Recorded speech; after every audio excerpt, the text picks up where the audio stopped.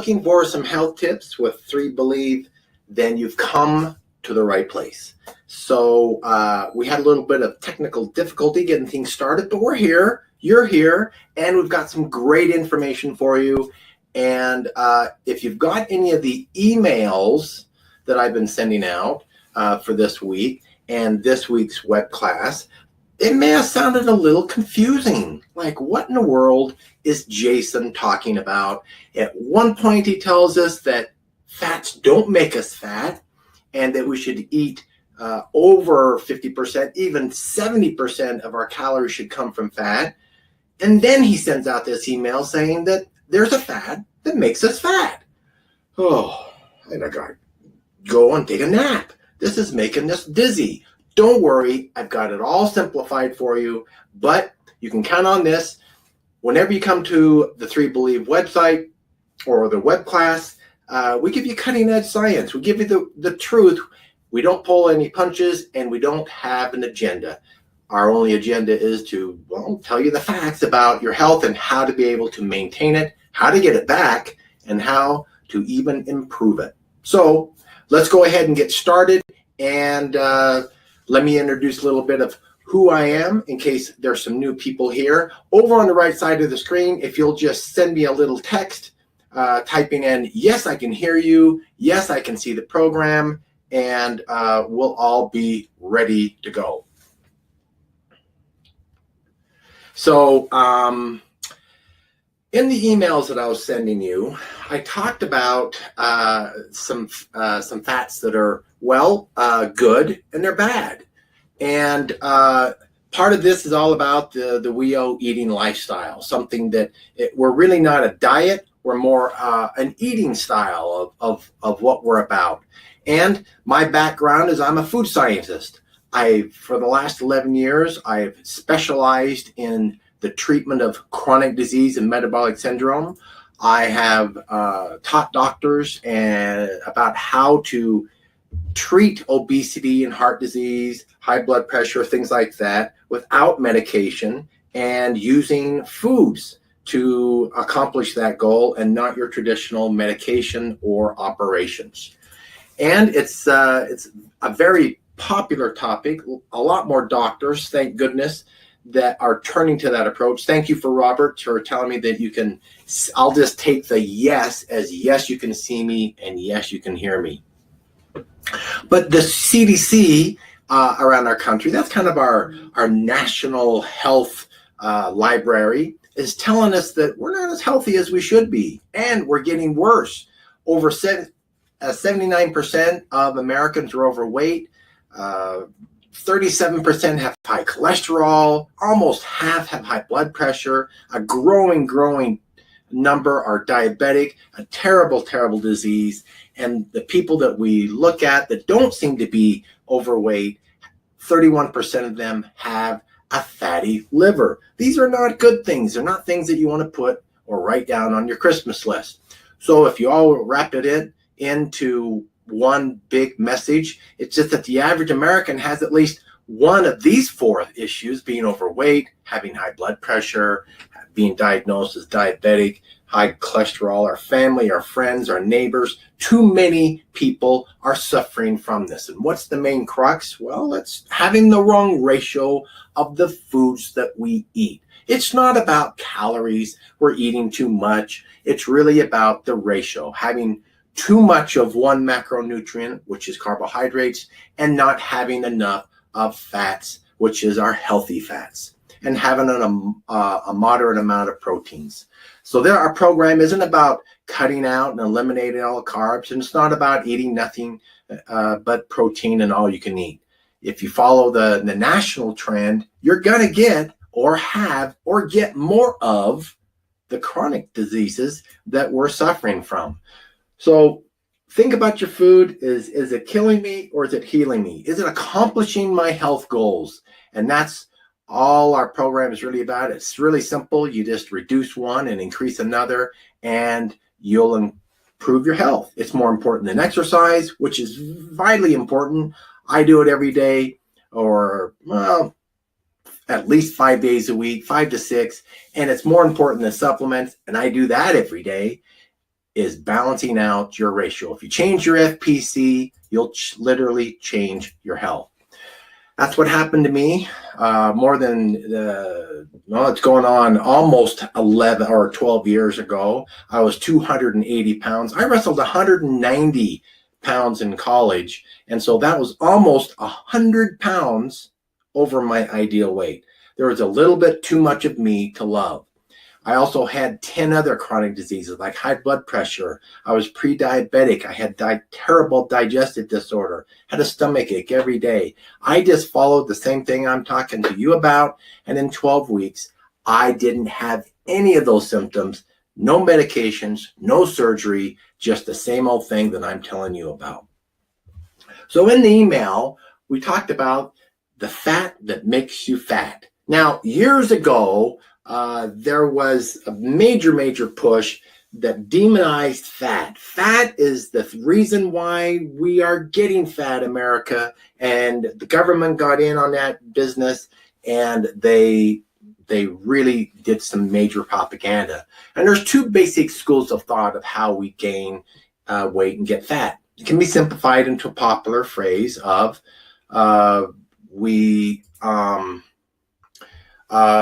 eat too many calories, commonly known as CICO, calories in and calories out. It basically means that we are fat because we eat too many calories, then we burn off. The proposed solution is simply this. If you eat less and exercise more, your problem's gone. Now, using that same logic, it's kind of like a bank account, right? Money in and money out.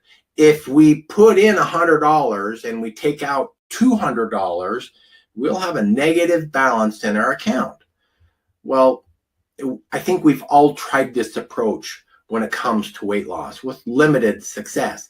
We may be able to lose a few pounds and then the weight just stops. However, we do benefit from other areas through things like exercise. Depending on the type of exercise, our muscles can get stronger and our cardiovascular system can improve, but we still weigh about the same. How many times does that happen to you? You go and work out, you think you're doing the right thing, you're walking around the block, you go to the gym and push the weights around, and a month later, you weigh about the same amount, and you just scratch your head and go, I don't get it. I'm burning more calories. I'm eating the same or even less. What's going on? The calories in, calorie out account are basically following the laws of thermodynamics, which basically is the first law of thermodynamics. Energy can neither be created nor destroyed. How many times have you heard that in school? Okay. It can only change forms. In any process, the total energy of the universe remains the same. It doesn't just get eliminated, all right? So how then does that apply to our bodies? If we eat less and we burn more calories, meaning if we eat 1,000 calories, our body doesn't destroy those calories or energy. It must either change it or it has to use it into a usable form of energy, or it has to store it, right? So if we eat less energy than we use, that energy must come from somewhere, the energy that we're using, right? So it must come from storage called fat, and then we lose weight. If you've studied any amount of science, you know that this absolutely has to be correct. But if you've dieted or eaten less and exercised more, you know for a fact that this law of thermodynamics does not apply to the human body or any other mammal for that matter. Let me give you an example. I fasted for 23 days, only drank water. I took electrolytes. I took minerals. My daily metabolic basal rate is about 2,050 calories a day. Now that means that my body, to keep me alive and pump my heart and make my brain work and move my muscles, I required 2,050 calories to run this body of mine. If I didn't get that many calories in my food, then I had to reduce my demand of calories to equal the amount that I was eating. Or my body has to dip in to my storage to make up the difference. So in other words, if I'm burning more energy than I'm eating, then my body has to go to the storage department, which is fat, to make up that loss, right? But since I wasn't eating any calories, that was really simple math for me. The only way for me to reduce my daily energy need was to go to zero because I wasn't eating any. Water doesn't have any calories. So I wasn't, or either that or I would die, right? That would put my body calorie rate at zero. But since I wasn't willing to die for this experiment, the only way for me to function was to dip in my fat storage. Now, since I wasn't willing to lay in bed all day, I had to go to work. I did my normal activities and I worked out every day or 5 to 6 days a week. And I worked out at a high level. So I was burning an extra 600 to 1,000 calories during my workout. And that's that number at the top. Let's go to the low level. I was working out and I measured my calorie burn. Let's just go to the low end and say 600 calories on my workout. Okay. Now my basal rate, that just means how many calories I'm burning, was 2,050, right? So that's a total between what my body was doing just to keep me alive and my workout. That's a total of 2,650 calories. Now, 1 pound of fat is 3,500 calories. So if you took a pound of fat, put it on the calorimeter, the burn machine that measures the calories in that pound of fat, it'll come up to about 3,500 calories. If you multiplied my calorie need of 2,650 a day times how long I fasted, right? So the 2,650 times 23 days, that totals almost 61,000 calories. If I divide 3,500 calories, 1 pound of fat, into 60,950 calories, that comes to 17.4 pounds of fat that I should burn during that, or I should actually lose during my 23-day fast. Okay, pretty major fat loss. I was very diligent to weigh myself every day on my scale. I don't recommend people to do that unless you're having an experiment, right? Because I wanted to make sure that during my fast, I wasn't willing to burn any muscle mass more than a pound, because it can vary a little bit on your scale. It's not absolutely perfect. And I didn't want to dehydrate myself, because that's one way to fool the scale into thinking I'm losing weight. So I measured my hydration level, I measured my muscle mass, I measured my fat mass. And my plan was that if I lost hydration, I'd just drink more water and take more electrolytes. If I lost more than a pound of muscle mass, I'd just completely stop my fast, because I wasn't willing to do that. During the 23 days, I lost 7.5 pounds. So why didn't I lose 17.5? What happened to where was my missing 10 pounds? According to the laws of thermodynamics, this is impossible.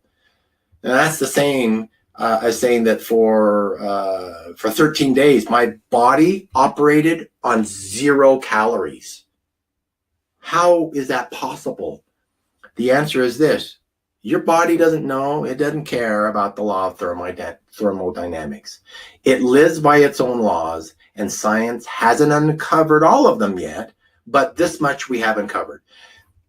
If you had 2 plates of food, all right, with exactly the same total caloric value, 1 plate of cookies versus a salad with some olive oil and salmon on it, right?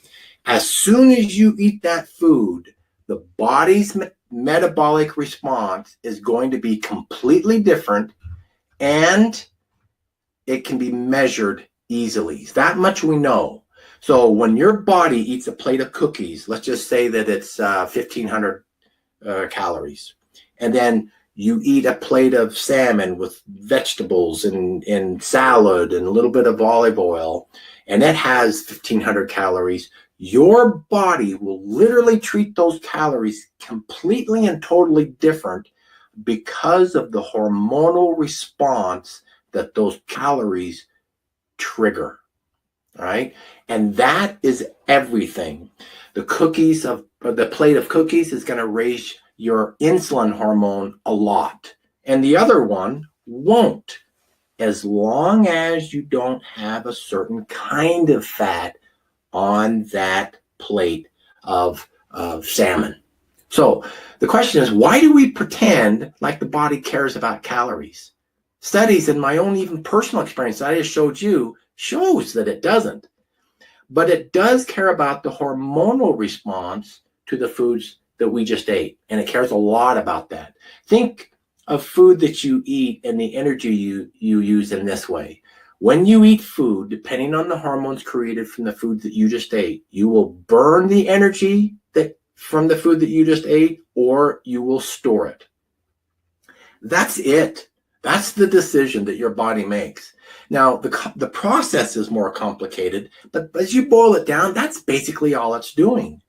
You will store that energy as fat, or you will store it as glycogen. Now, if you remember from our earlier web classes, glycogen is just a whole bunch of glucose that's been bound together and stored mostly in your muscles. About 85% and 90% of your total amount of glycogen is stored in your muscle, and the rest is stored in your liver. Okay. Now, if you have enough glycogen already stored, extra glycogen will go through a process called glycogen synthesis and de novo lipogenesis, which is a fancy way of just saying that's how your body says, okay, he or she's got enough glycogen. They're not burning it off. They're not really going to the gym right now. So I can only store this another place. If it's not stored as glycogen and they just tapped out my storage tank, then I'm going to go through this process of neolipogenesis and convert it into fat. And your liver does that without you even thinking about it. Doesn't ask you permission, doesn't ask you for if that's what you want to have done. It just does it on its own. Okay. Later on in your day, or later on in the next day, depending on your activity and depending on what you're eating, that glycogen could be used as energy. Now, if you couple it with amino acids, it'll create muscle, right? Or it's going to be burned for just your general energy needs, or it can stay as glycogen storage to be used later for an emergency. That is insulin's role, to decide if you have foods that you're eating and insulin is present. After insulin has been triggered, your moment to make that decision has completely passed. It's out of your hands. You had the chance to decide how that food that you're about to eat is going to be used by your body, what it's going to convert it to, what it's going to make that food into. You have that role before you eat it. After that, your body does it no matter what. Okay? Doesn't matter how much you work out, doesn't matter how much water you drink, doesn't matter how much you hope for it. It's that hormonal response. Now, what's interesting is that no research paper has ever discovered that any of us have calorie receptors. Now, you've heard that your cells and your body has other receptors, but your cell has never had the ability to count calories. It doesn't even know what a calorie is. If you want to eliminate the chance of your body making more fat, or to burn, if your desire is to burn fat and you don't want to spend hours in the gym, choose the foods that don't cause your insulin to go up, or you could just fast. There's your two choices. Choose the right kind of foods. They'll put you in a low insulin state or a no insulin state, or go without food. That's the absolute guarantee. You don't have to think about it. You just don't eat. Okay. If you want your insulin levels to drop, fasting is great, but foods can also drop your insulin. Nothing drops you faster than fasting, as I talked about. The second best way to drop your insulin levels is to eat nothing but fat and protein. Let me repeat that. The second easiest way to fasting to drop your insulin levels, since insulin levels will cause you and tell your body to grow. That's what the signal of insulin does. It tells your cells, hey, I want you to expand. I want you to go out. I want you to get bigger. I want you to get stronger. If you go out and you have to go make some muscle mass, okay, then for heaven's sakes, you have to get an insulin response. Well, let me take that back. You don't have to get it, because you can build muscle in a ketogenic state, right? When you're in ketosis on a low carb diet, you can do that. But if you want to build it super fast and absolutely the maximum amount with the least amount of work, then insulin will do that job. But most of us are not in that situation. If you got in a terrible car crash and you got burned, your skin needs to repair itself. They're going to load you up on calories, and they're going to give you high protein. They're going to give you high insulin promoting foods. They may even give you insulin through like a diabetic to promote your body's cellular growth. That's what insulin's job is. But it also does other things when it gets out of control, like inflammation, right? It can cause, if you're not creating muscle cells, it's going to store and create more muscle mass, right? So if you want to lower it, the second best way is to eat nothing but fat and protein, as long as you watch a very particular type of fat. You want to control and limit it or eliminate a certain type of fat, which is really what this presentation is about. So I know that you've heard that protein does spike your glucose or your insulin levels at a moderate level, right? So in science, and they've measured this, is that if you take carbohydrates, your blood sugar levels and your insulin levels will shoot up the highest. If you take a protein, then it'll shoot up moderately, about half as much as a carbohydrate. And if you take it with a fat, it'll shoot it up a little bit or none. Now, I want you to point out or be aware of an important point. Those studies that have been done that show that protein and fat gets a moderate and a small amount of insulin spike are studies where the subjects took some carbohydrates, a lower amount of carbohydrates, but they still took some. In studies where they only took protein by itself, there was no insulin spike. In a study where they took fat by itself, zero insulin spike, except for a certain type of fat taken with either carbohydrates or with protein, then it can spike. And that's what we're talking about, is we want to talk about that fat. Now, and let me give you an example. If you eat this, if you eat a carbohydrate and a protein together, the amount of insulin, not glucose, insulin spike can be 20 times higher than taking that carbohydrate by itself. When you couple the protein with it, your insulin spike goes up by 20 times. If you take the protein by itself, nothing else, it doesn't go up at all. Now that's really fascinating as to why even carbohydrates by themselves don't go up as high than if you take protein and carbs together. It's a 20-time bump, but if you take protein by itself, it's zero. There's a insulin and hormonal formula that happens in your body that has that much more of an insulin spike. And our goal here really isn't about low carbs. It's really about low insulin. We got to lower the insulin levels and keep them under control. So the solution to losing weight and ultimate health can be as simple as this. Control your intake of carbohydrates. You don't have to eliminate them, just control them. And how much? That depends on if you're carb intolerant or not. Now, I'm not going to confuse you here. You've heard about insulin intolerance, right? And you've heard about or gluten intolerance, and you've heard about uh, whey intolerance or dairy intolerance, right? But you haven't heard a lot about the intolerance of carbohydrates. And they have identified, new research is that we as people, it's not a new thing, it's always been in our human makeup, is that some of us can tolerate the effects of carbohydrates easier or better than others.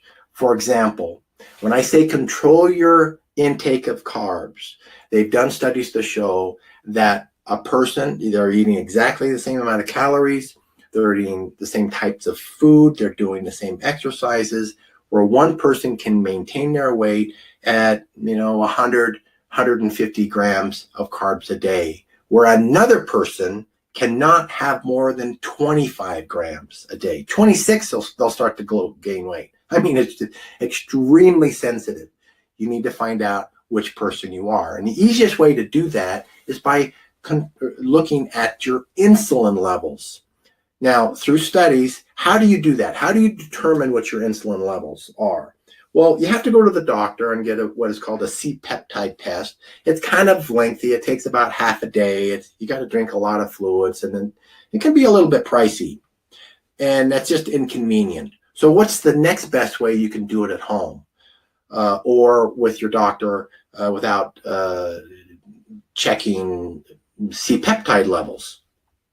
Well, you can do it with blood pressure, because as soon as you have blood pressure that's increased, you're having an insulin sensitivity to the carbohydrates you're eating.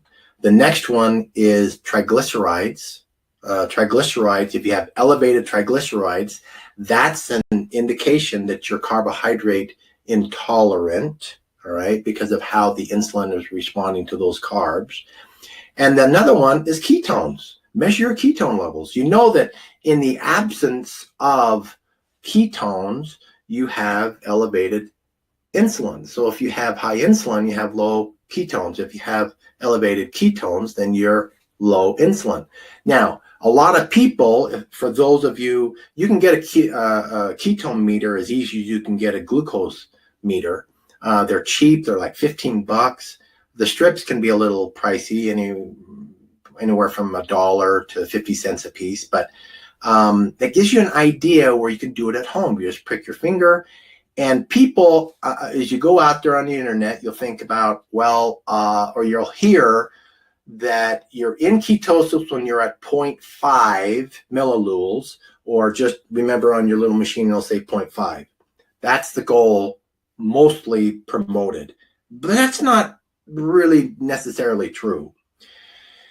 If you are at 0.1, you are producing ketones. And if you're producing ketones, that means you're not producing insulin. They are neighbors that cannot live together. They don't like each other. They can't be in the same space. It's kind of like love and hate occupying the same person at the same time. Okay. You can't do it. So if you're at 0.1, then that will give you an indication that you can tolerate more carbohydrates. And you couple that with your high blood pressure or blood pressure readings and triglycerides, then that will give you an easy test that you can do at home. All right. So I seem to be a person that can't tolerate a lot of carbs. So I stay down around the 20 to 50 carb range. Other people, Callie, my wife, she can tolerate more carbs, and she doesn't gain any weight.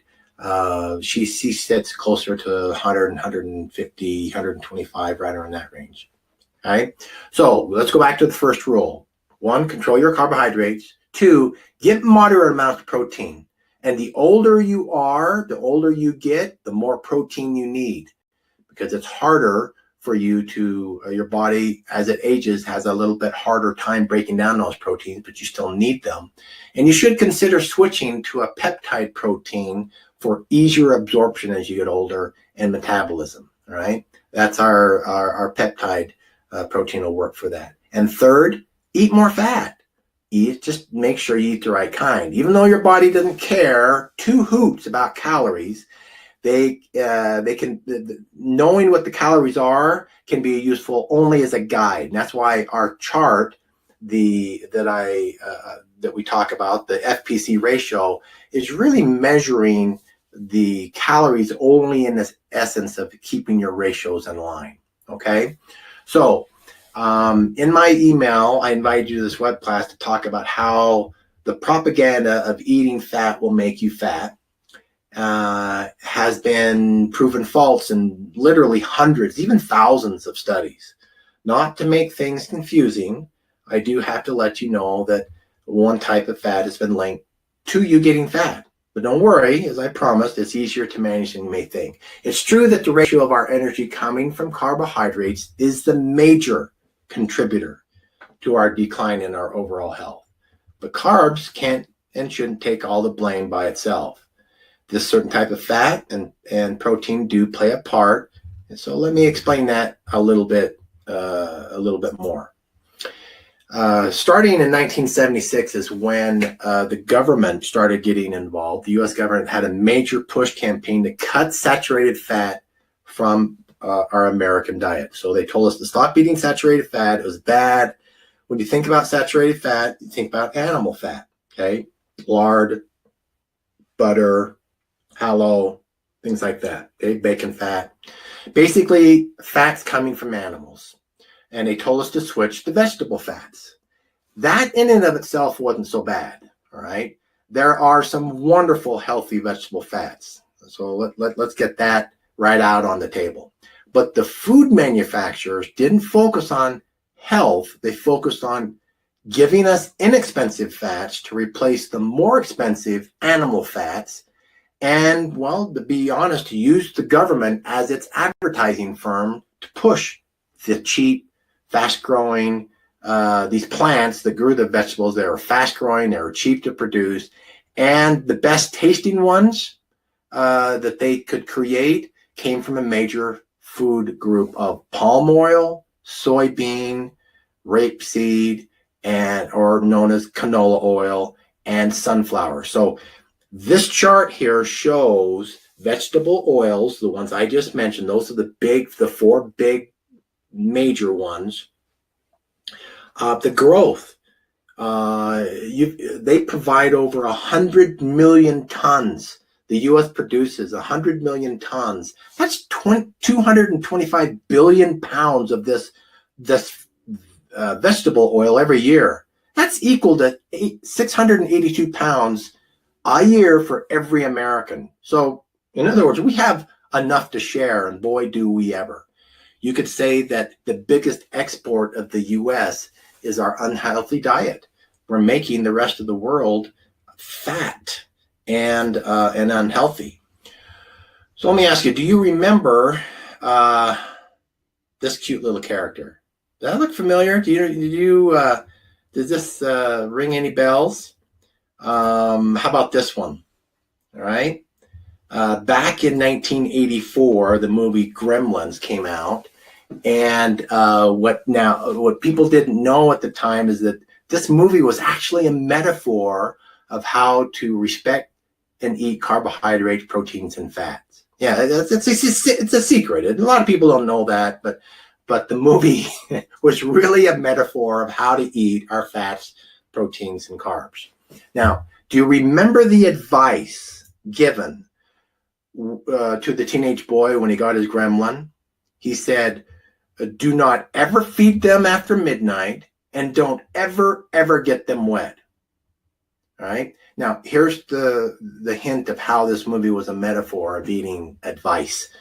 Don't ever eat carbs, and never eat them with protein and linoleic acid. That's the metaphor, the spin that I'm putting here. So linoleic acid, it's a polyunsaturated omega-6 fatty acid. That's how you know it as. You know omega-6 or linoleic acid as omega-6. It's a 18 carbon chain with 2 double bonds. And you think of that and go, okay, what does that mean? Well, see this through the eyes of a food manufacturer. The government just came out and said, animal fats are bad. Don't eat them. It's causing heart disease and it's making you fat and you're going to die a terrible death. What they saw was the formula, right? 18 carbon bonds with 32 hydrogen bonds and 2 oxygen bonds. The melting point here in the red arrows, they said, oh, wait, look at that. That's good. That's something we can match with butter, okay? Because butter's bad. Now we can find an oil. And then the boiling point. They look at that and said, 446 degrees, that's better than butter. That means that we can sell this saying that it's not going to smoke. You can fry your foods. It's not going to burn like butter does. And this is great. Everybody's happy. Their advertising campaign went crazy, okay? Now, like I said, linoleic acid or fatty acid is also the same as omega-6. Omega-6 are commonly found in today's modern foods because of its high concentration. That's where we get omega-6 because this is what commercialization. When I go to buy oil, it's hard to find, really, really hard to find an oil that's not either pure omega-6 or high content. So safflower is a high one. Corn oil, that's a very popular one. It has 0 omega-6. I mean, 0 omega-3. Another very popular one is the soybean. That has 7%. Canola oil, that's probably the one when you go out to a restaurant that's cooking up your food, even your steak, putting salad on your or oil on your salad, you think it's olive oil. If you've been reading the news, it's mostly canola oil. There's a major problem right now, people watering down olive oil with canola oil, and then they're fooling you. And, that's okay. They're lying. That's not good. But what's really hurting you is that they're really upping your omega-6 ratio. Now look down to the last two. Fish oils, not all fish oils, but there are fish oils that are 100% omega-3. They don't have any omega-6. And then flaxseed, that's 57%. And you can actually get a hybrid flaxseed that's even 75%, which is the one that we use, that's omega-3. So this is why you're getting so much. So why don't manufacturers use omega-3 instead of omega-6? First off, it costs more to produce an omega-3 plant. They don't grow as fast. They don't yield as much product. And honestly, they don't taste as good. They're not as a light tasting oil. And, food companies are all about taste. And I don't want to say that omega-6 is completely evil and you should avoid it at all costs. It is an essential oil, which means that your body can't make it and it has to come from the foods that you eat. You do need to have some omega-6 in your diet, but the U.S. consumption is about 23 times higher than is safe for your body. You're getting way too much. And the reason why is because you're eating produced foods out there in the marketplace, and they make those foods with omega-6. So that's why you're getting them more. You're not doing it on purpose. I know you're not being naughty just to be naughty. You're doing it unaware of what's going on. Just to show you how common, now this might be a little small, I hope you can still see it. This is a common chart of the foods that you're eating and the concentration of omega-6 compared to omega-3. Omega-6 is a red bar. Let's just look at the very bottom for now. Corn oil, one of the most popular oils. Look how many milligrams of omega-6 it has compared to the blue bar of omega-3. And the next one is soybean oil. The next, go up a little bit and you'll see soybeans themselves. You go up a little bit more, you'll see tofu for the vegetarians. And you go up even into like peanuts, or you go into peanut butter, all right? Almond butter, that's got to be healthy. There's 0 omega-3 in almond butter. And so we have to be aware of all these places and where we're getting omega-6 from. That's why we have 23 times more. I want to introduce you a little bit. If you find this interesting, you want to know a little bit more about, am I telling the truth? There's a blog out there. So if you typed in hyperlipid blog, I'm not even going to try to pronounce this guy's name, but he is most definitely, he's a doctor in the UK. He's actually a vet in the UK. He is, when you put people in a room, he is one of the smartest guys in the room. He's just a brilliant researcher. And he's done a lot of research on linoleic acid and omega-6. If you go to his blog, you can read a lot more. This one happens to be about trans fats versus linoleic acid. And this article talks about, he's saying, you know what? I'm saying that by these studies, trans fats isn't as bad as what the media and governments are saying that it is. Omega-6 is many times worse. And one of the reasons why is because omega-6 is a inflammational precursor. It creates inflammation, but it also creates insulin spikes. That's why earlier when I said if you eat this kind of fat with you'll get an insulin spike. Other fats don't, like animal fat, saturated fats, you get no spike at all. And he goes into how omega-6 is obese centric, meaning that even in a subcaloric starving state, omega-6 can cause the body to be obese. The major reason is because it triggers insulin response. Now, unlike other fats that have no insulin when eaten, if you eat omega-6 with carbs, you are headed for a major insulin spike, and you can very quickly become insulin resistant. Insulin resistance starts out locally in your body. So when you and I eat high insulin creating foods, we don't suddenly, every cell in our body become insulin resistant. We become localized insulin resistant, because not all of our cells respond equally to insulin at the same time. Some are more sensitive than others. And so you'll localize. That's why our liver, for example, is very, very sensitive to insulin. And that's why you hear me keep on quoting, you look out in a crowd of people and they look thin, but 31% of those people have a fatty liver.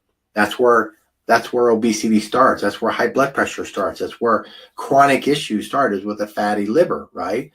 That's an example of localized insulin resistance. And he talks about this more in detail. And the important thing he talked about is he says that localized insulin resistance actually causes nutrition or interrupts nutritional absorption. Actually, it's stopping your cells from absorbing nutrients. Now, this was found in starving children and mothers that were clinically obese, but they were dying from malnutrition. How is that even possible? They're obese. They have more fat on their body than they should, clinically registering as obese, but their cells are dying from malnutrition. This is an example of localized insulin resistance, primary cursor because omega-6, too much omega-6. In another study, children were fed French fries made with today's cooking oil, which is canola oil, which is mostly omega-6, and French fries with beef fat. Did you know back in the late, I think it was the early 90s, late 80s, McDonald's switched from using beef fat and started using linoleic acid as a fat. The reason why, you had the animals' rights activists pushing, wanting to be all vegetarian. You had those that thought it was healthier. Lots of reasons. And people were upset because the fries don't taste as good. right? Well, that's why. Back to the group. The group with the linoleic acid ate 700 calories, and the group with the beef fat of fries ate 1,100 calories.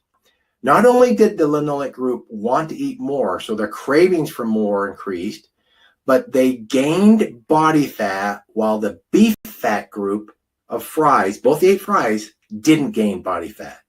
The only difference was the type of fat, which was the omega fat. The beef fat has very, very little, about 3% omega-6 to it.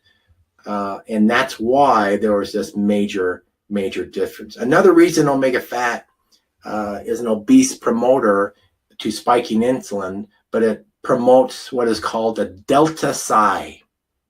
Now that's just a chemical response that it's a signaling agent, where ketones do the exact opposite as omega-6, even in the presence of omega-3. So if you're taking a lot of omega-3 and you are low carb, then the delta-6 is inhibited by the ketones. It turns it off. But if you're in a low carb and you take omega-6, it can actually still turn on the delta psi, and the delta psi is a regulator that directs how the energy that you're eating is going to be used. Is it going to be used? Or is it going to be burned? Or is it going to be stored, right, as fat, right? There's a major difference there.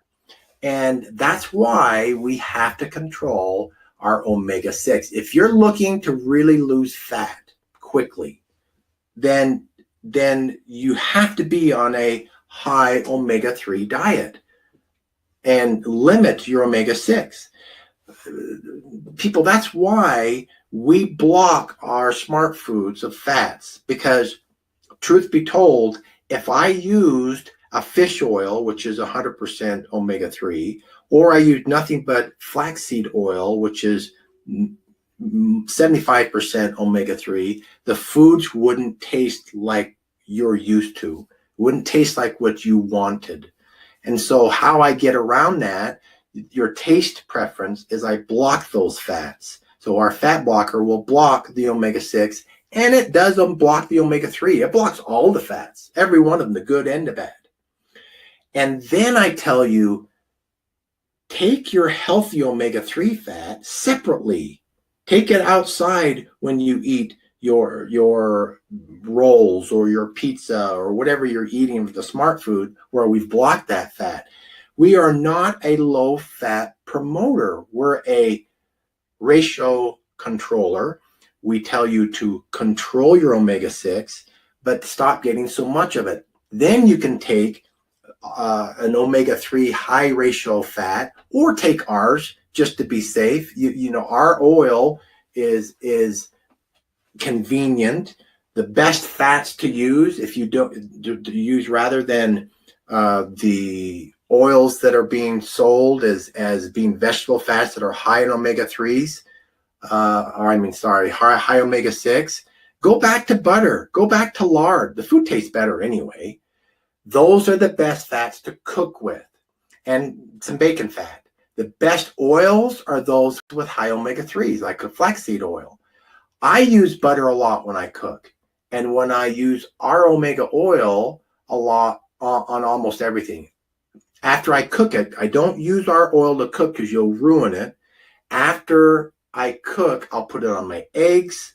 I put it on my steak and chicken. I put it on my vegetables. I put it on my salad. Of course, I put it in my shakes. But I even put it in, we make homemade yogurt. I put it in my yogurt. I put it on ice cream. I put it on almost everything. I'm telling you, it tastes delicious, gives great texture to it. And I know that I'm balancing out that ratio of the 6 and the 3. It's vitally important that you think of the tug of war that is going on in your body when you consume the omega-3 and the omega-6. Both of these omega-3s and omega-6 are fighting for the same enzyme to break them down.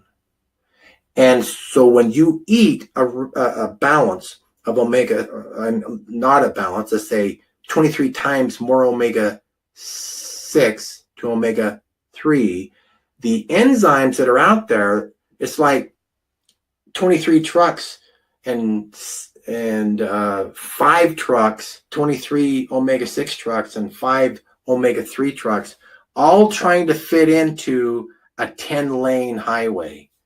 And the highway restriction are the enzymes that are in your body that are available to break them down. And just by ratio, the more of the 6s you have, you're going to digest more of them in a rapid session than you will the 3s. So change the ratio. Just decrease the 6, increase the 3s, and you'll absorb more. You'll be healthier. If you're trying to manage your weight, then lower your glucose levels, or let's say you're trying to lower your blood pressure, or if you have high cholesterol, you need at least 2 times more omega-3 to the amount of omega-6 that you're eating. If you are okay with your weight, if your blood glucose levels are good and your triglycerides are good and your blood pressure is good, like I told you, I had to test at home, if your ketone levels you're at 0.1 or higher, then you can use equal parts. The same amount of omega-3, the same amount of omega-6. But if you're eating out in any form of restaurants out there, if you're eating more chicken than you are eating beef, because chicken has many times higher omega-6 than it does omega-3, then you have to be taking oil in a separate sense in your day. And that's why we make our Pro Omega. It's because it has a much higher ratio, 2.5 times more omega-3 than it does omega-6. Remember, you got to have some omega-6, but if you're eating out at all, you're getting plenty. You now need to get more omega-3. So hopefully this was informative. Hopefully you can understand the importance that there is a fat out there that can make you fat. Control it. You still got to have some, but just up your omega-3s.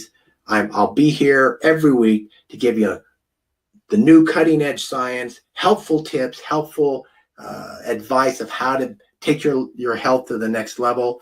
And I got a question here. Let me just read it and see if I can answer it.